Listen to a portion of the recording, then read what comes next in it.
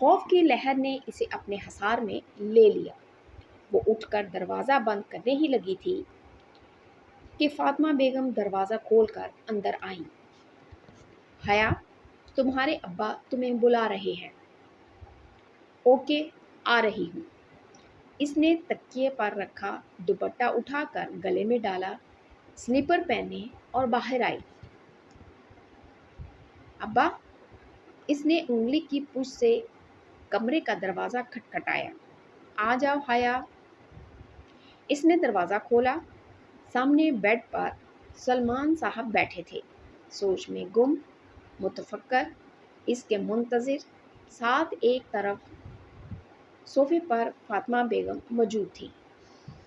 ان کی خوبصورت آنکھیں سوگوار تھیں اور باوقار سراپا پہ افسردگی چھائی ہوئی تھی۔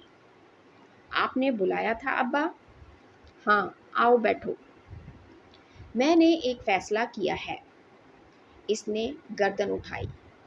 وہ بہت سنجیدہ دکھائی دے رہے تھے۔ اب تمہیں کورٹ کے ذریعے سبین کے بیٹے سے خلا لے لینی چاہیے۔ کوئی اس کے منہ پر چباک دے مارتا تو شاید تب بھی اسے اتنا دکھ نہ ہوتا جتنا اب ہوا تھا۔ میں نے وکیل سے بات کر لی ہے۔ عدالت کی ایک پیشی میں علیحدگی ہو جائے گی، اور جتنی بیزار وہ لوگ ہم سے ہیں، یقیناً انہیں اس بات سے بہت خوشی ہوگی۔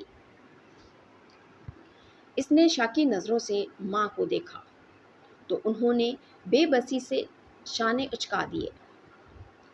ابا، کیا یہ واحد حل ہے؟ بہت دیر بعد وہ بولی۔ ان کے رویے سے صاف اندازہ لگایا جا سکتا تھا کہ وہ اس رشتے کو رکھنا ہی نہیں چاہتے تھے۔ کیا اس کے علاوہ بھی کوئی حل ہے؟ حیا، دنیا کا کوئی باپ اپنی بیٹی کا گھر نہیں توڑنا چاہتا، اور میں کبھی تمہیں یہ نہ کہتا، لیکن کس قیمت پر؟ کس قیمت پر ہم یہ رشتہ نبھانے کی کوشش کریں جب وہ کوئی امید ہی نہیں دلاتے؟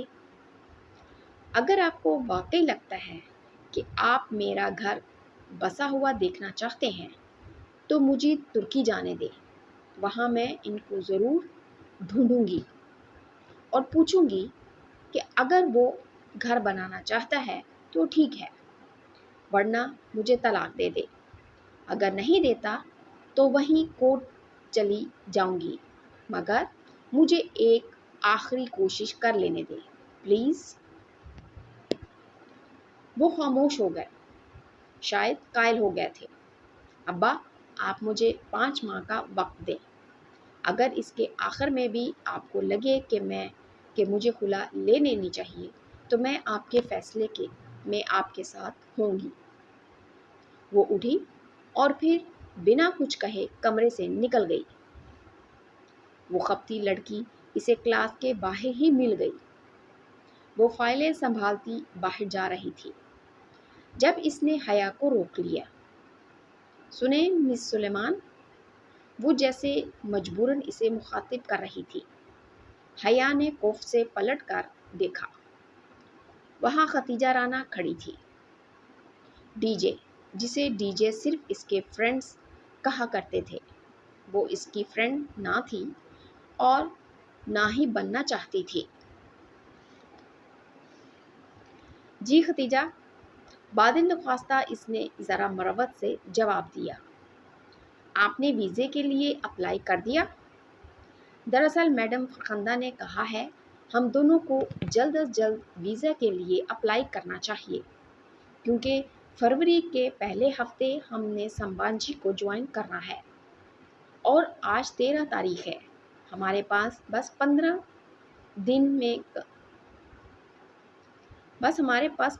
دن ہیں اور ترکی کا ویزا نہیں لگتا کرتا۔ وہ تیز تیز بولے جا رہی تھی۔ اس کی بات کچھ ایسی تھی کہ حیا کو سنجیدہ ہونا پڑا، ورنہ ابھی تک وہ ابا کی کہی گئی باتیں سوچ رہی تھی۔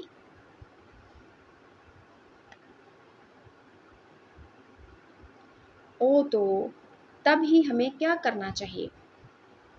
کل ترکش ایمبیسی جا کر ویزے کے لیے اپلائی کرنا ہے۔ ان کا عجیب سا رول ہے کہ 15 امیدوار روز سب سے پہلے آنے والے امیدواروں کا ہی انٹرویو ہوتا ہے۔ ایمبیسی صبح 7 بجے ہی کھل جاتی ہے اور لوگوں کی لائن لگی ہوتی ہے۔ اگر ہم 1 منٹ بھی لیٹ ہو گئے تو وہ ہمیں اگلے دن میں ڈال دیں گے۔ سن رہی ہیں نا آپ؟ جی۔ اس نے غائب دماغ سے سر ہلایا۔ پتہ نہیں وہ کیا بولے جا رہی تھی۔ آپ مجھے اپنا نمبر لکھوا دیں تاکہ ہم کوآرڈینیٹ کر سکیں۔ اس نے بے دلی سے اپنا نمبر لکھوا دیا۔ ختیجہ اسے اپنے فون میں نوٹ کرتی گئی۔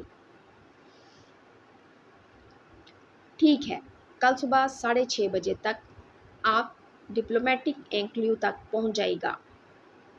میں وہیں ہوں گی۔ اس نے اچھا کہہ کر جان چھڑانے والے انداز میں سر ہلایا۔ اور پلیز دیر مت کیجیے گا۔ یہ نہ ہو کہ آپ کی وجہ سے میرا ویزا بھی رہ جائے۔ مس سلیمان، وہ ناک چڑھا کر یہ جا ہو گئی کہ آخر وہ بھی ختیجہ رانا ہے۔ کیا کمپنی ملی ہے مجھے، اف۔ وہ پیر پٹک کر آگے بڑھ گئی۔ ابا کی باتوں نے اسے اتنا ڈسٹرب کیا تھا کہ اس وقت ویزا وہ آخری چیز تھی جس کے بارے میں وہ سوچ سکتی تھی۔ رات کی تاریکی کو دکانوں کی دیواروں سے جھلکتی روشن کیے ہوئی تھیں۔ زرد روشنیوں کا عکس سامنے لمبی سیدھی سڑک پر بھی پڑا تھا، جس کی ایک طرف پارکنگ کی گاڑیوں کی لمبی قطار تھی، دوسری طرف ایک چھوٹا سا چبوترا بنا ہوا تھا۔ چبوترے پر دن کے وقت بک فیئر کے اسٹال لگا کرتے تھے۔ یہ جنا سپر تھا۔ سیاہ جیکٹ کی جیبوں میں ہاتھ ڈالے، شانوں پر پھیلتے سیاہ لمبے بال لیے وہ سر جھکائے خود فراموشی کی عالم میں چل رہی تھی۔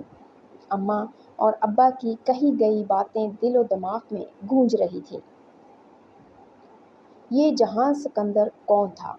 اس کا منقوہ کزن، شوہر، وہ شخص جس کے خواب اس نے ساری عمر دیکھے تھے۔ کیا ابا اماں نہیں جانتے تھے کہ خواب اگر اپنے ہاتھوں سے توڑے جائیں تو انگلیاں بھی زخمی ہو جاتی ہیں؟ پھر کیسے وہ خود کو زخم دے؟ اگر وہ جہاں یا سبین پھپھو کے لیے کوئی انچاہا رشتہ تھی تو وہ بھی ان کو صفائی کا ایک موقع دیے بغیر ہی کیسے خود کو ان سے الگ کر لی؟ وہ سٹی کی تیز آواز تھی جس نے اسے خیالوں کے ہجوم سے نکالا۔ اس نے چن کر سر اٹھایا۔ وہ 3 لڑکے تھے، جینز اور جیکٹس میں ملبوس۔ وہ مختلف سمتوں سے اس کی طرف آ رہے تھے، یوں کہ ہر طرف وہی تھے۔ گھیرا نرخا تنگ دائرہ جگہ قدرے سنسان تھی، خالی چبوترا تاریکی میں ڈوبا تھا۔ جگمگاتی روشن دکانیں ذرا دور تھیں۔ اس کا دل دھک سے رہ گیا۔ وہ تیزی سے پلٹی، مگر ادھر سے بھی ان کا کوئی چوتھا آ رہا تھا۔ وہ مہم آوازیں نکالتے، معنی خیز اشارے کرتے اس کے ارد گرد گھیرا تنگ کر رہے تھے۔ وہ قریب آتے 2 لڑکوں کے درمیان سے تیزی سے سر جھکائے گزرنے لگی، مگر دائیں والے لڑکے نے سبک رفتاری سے اس کی کلائی تھام کر اپنی طرف کھینچا تھا۔ ابھی اس کے لبوں سے چیخ بھی نہیں نکلی تھی کہ آگے بڑھنے والا خود بکھلا کر پیچھے ہٹا تھا۔ ٹن کی زوردار آواز کے ساتھ کسی نے اس لڑکے کے سر پر کچھ مارا تھا۔ مرن جوگے، باجی کو تنگ کرتے ہو، چھوڑوں گی نہیں میں تمہیں۔ وہ اونچی لمبی ڈولی ہاتھ میں پکڑے فرائی پان کو گھما گھما کر مار رہی تھی۔ حیا ہکا بکا سے 2 قدم پیچھے ہوئی۔ جس کو لگا تھا وہ سر پکڑے بلبلاتا ہوا بھاگا، باقی 2 بھی ساتھ ہی دوڑے۔ ایک نے ذرا پھرتی دکھا کر ڈولی کو لات مارنی چاہی۔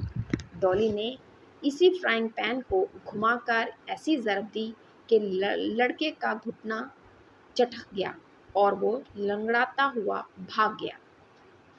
آئے بڑے سالے، ڈولی سے پنگا لیتے ہیں۔ وہ فاتحانہ ہاتھ جھاڑتے ہوئے اب حیا کی طرف مڑا۔ پہلی دفعہ جب اس نے ڈولی کو دیکھا تھا تو اس سے کراہیت آئی تھی، دوسری دفعہ خوف اور اس دن ٹریفک جام میں دیکھ کر غصہ آیا تھا، اور آج کچھ بھی نہیں۔ وہ خاموشی سے تیز تیز سانس لیتی اس کو دیکھ رہی تھی۔ چھوڑو جی ان حرام خوروں کو باجی، ان کا تو کام ہی یہی ہے۔ میں بھی بڑی دیر سے تاڑ رہی تھی ان کو، مجھے کیا پتا تھا کہ اپنی باجی جی کو تنگ کر رہے ہیں۔ آئے بڑے۔ وہ پوری بات سنے بغیر ہی پلٹ گئی۔ سنیے، پر بازو لیٹے سر جھکائے تیز تیز قدموں سے چبوترے کی جانب بڑھنے لگی۔ ایک خواجہ سرا کے ساتھ رات کے اس پہر سڑک پر کھڑے ہونا قطعاً درست نہ تھا۔ ارے باجی جی گالتے سنو، وہ اس کے پیچھے لپکا۔ حیا چلتے چلتے رکی اور پلٹ کر سنجیدگی سے اسے دیکھا۔ کیا ہے؟ اس کا مومی چہرہ دکانوں کی زد روشنیوں میں دھمک رہا تھا۔ ہائے ربا، باجی تسی کتنے سونے ہو جی۔ وہ دونوں ہاتھ رخساروں پر رکھے خوشی سے چہکا۔ اسے کراہیت آئی نہ خوف، بس چپ چاپ اسے دیکھے گئی۔ شکریہ ہی کہہ دو باجی، شکریہ، اور کچھ؟